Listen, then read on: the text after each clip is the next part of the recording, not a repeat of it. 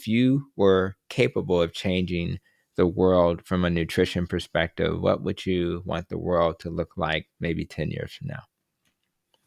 I don't think everybody needs to be a carnivore.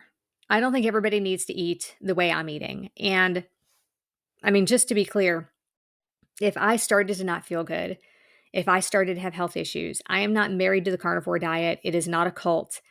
If I started having problems, I would get out. I am not going to stand by this until I die, even if it's at an early age because I'm harming my body. If I Hmm. realize there's something wrong here, I will totally get out. And so I think that not everybody needs to be carnivore. I do think everybody should do carnivore for 30 days, 60 days. A lot of people do it for 30 days and then decide to go Hmm. longer because they feel so good. So I do think everybody should do it for 30, 60, 90 days. And I think everybody should land at a really good, clean, like ketovore or keto area. And I would Yeah. love to Yeah. see that in the world in the next 10 years. I would love to see more people making that change. And I would love to see more people eating one or two ingredient foods. I mean, that's really where the trouble comes in, isn't it? Is the list of foods that's this long on the back of a package of something that is this big.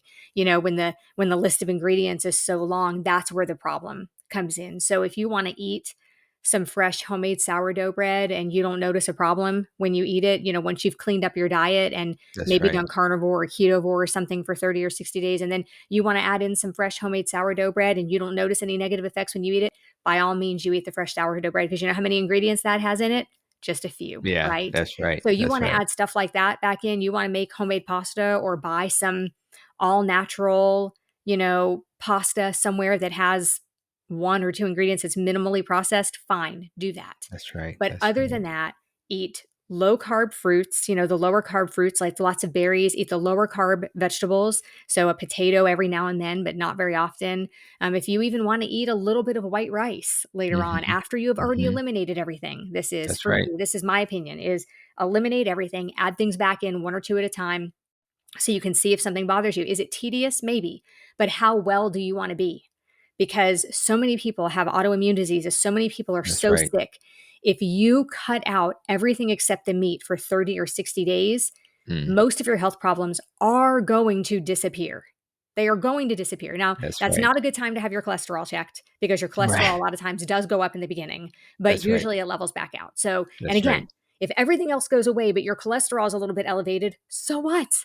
If everything else goes away and you're off your blood pressure medication and you're off your insulin and your swelling has gone away and you've lost 50 or 60 pounds, so what if your cholesterol is a little bit high? Because obviously your all your other markers are good. Your inflammation is going to be down. So I would love to see everybody at a really clean keto Hmm. place forever and get Mm, rid of the middle sections of the grocery store because we don't need them. Everything that garbage. you eat should either come from the ground or an animal